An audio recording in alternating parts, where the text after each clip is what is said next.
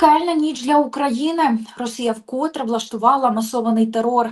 Трагедію у Дніпрі. Ворожа ракета склала під'їзд багатоповерхівки. З-під руїн житлового будинку дістають тіла загиблих, а кількість поранених зростає. Також під атакою опинилася Харківщина, Чернігівщина, Сумщина, Одещина та Київщина.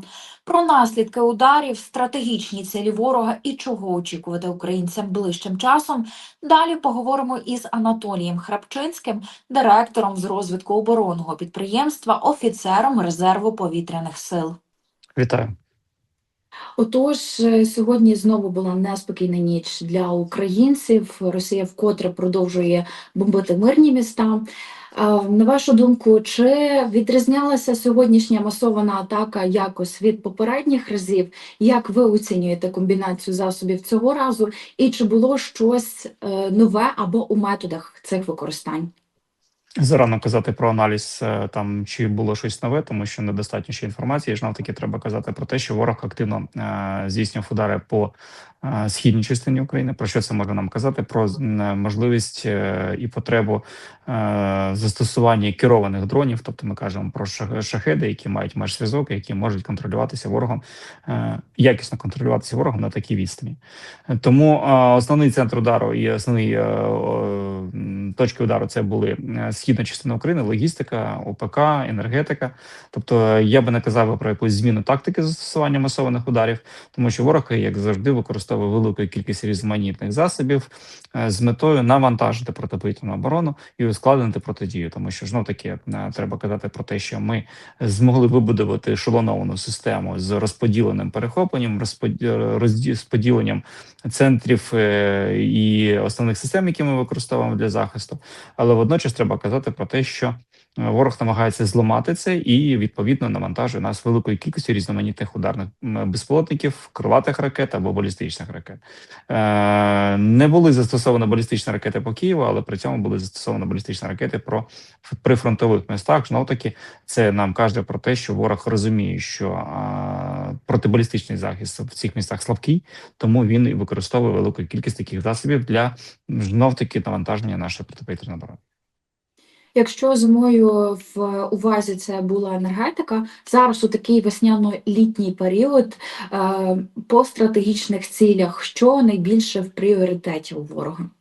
У ворога зараз в пріоритеті наш ОПК, тому що ми бачимо, як ми методично і системно вибиваємо на території Російської Федерації велику кількість підприємств і різноманітних елементів, які живлять війну російську. Тому, в принципі, тут ворогу зараз важливо вибивати наші спроможності, масштабувати і виробляти ті засоби ударних безпілотників або там далекобійних ракет, які ми виробляємо самостійно.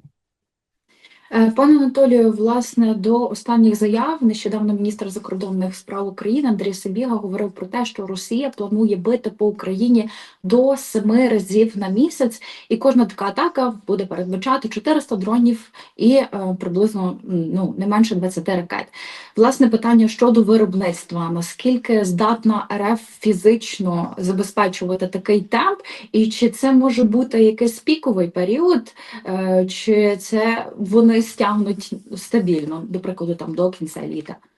Я не впевнений, що кожен масований обстріл буде мати такий обсяг. Тут треба зауважити, що кількість масованих обстрілів просто буде більш розтягуватися в часі. Давайте згадаємо нещодавні масовані удари, коли були удари по 24, по 36 годин. Тобто це виключна ідея навантажити знов-таки нашу протиповітряну оборону за рахунок виснаження сил ресурсів. Треба розуміти, що кожна бойова точка має певну обмежену кількість засобів протидії, і перезаряджання тої ж системи протиповітряної оборони потребує часу.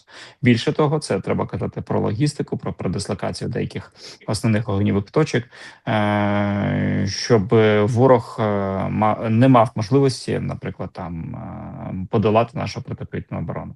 Відповідно, ворог намагається зменшити час на логістику для того, щоб, знаючи основні точки, де знаходяться, обходити їх і завдавати все ж таки прорвати протиповітряну оборону. Тому, якщо кажемо про кількість, я не впевнений, що кількість буде зростати, це більше більше буде зростати час самих розтягуватися в часі. І, скоріш за все, що, наприклад, ворог там може використовувати ту саму кількість, але протягом 36 годин. Знов таки комбінація різноманітних засобів дозволяє ворогу суттєво ускладнювати нам роботу. Щодо виробничих потужностей Російської Федерації, знов таки треба казати про те, що Росія активно працює на склад. У Росії є низка виробничих потужностей, які знаходяться за периметром наших можливостей. Тому тут треба покращувати наші можливості, ну і не забувати про основні носії для нанесення ударів. Це пускові установки, це авіація. Тобто треба, мабуть, принаймні збільшувати удари по middle strike дронам, тому що під час таких масованих обстрілів йде активна робота тактичної авіації при фронтовій прикордонній зоні. Тобто тут треба казати про те, що нам потрібно включати більш масштабувати виробництво middle strike дронів для того, щоб вибивати 300-кілометрову зону навколо України і вибивати можливості ворога підтримувати такі масовані обстріли. А щодо нашої міцності ППО, наскільки ми готові до наступних масованих інтенсивних атак? Вкотре ми суттєво залежні від засобів протиповітряної оборони, які надані нам європейськими країнами.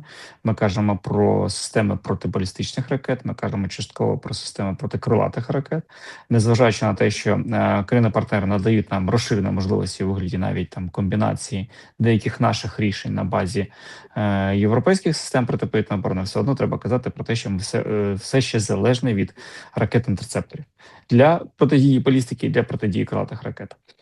Якщо казати про створення якісних систем протидії ударним безпілотникам, то у нас тут є власні можливості, але ми бачимо, що ворог активно намагається їх вибивати.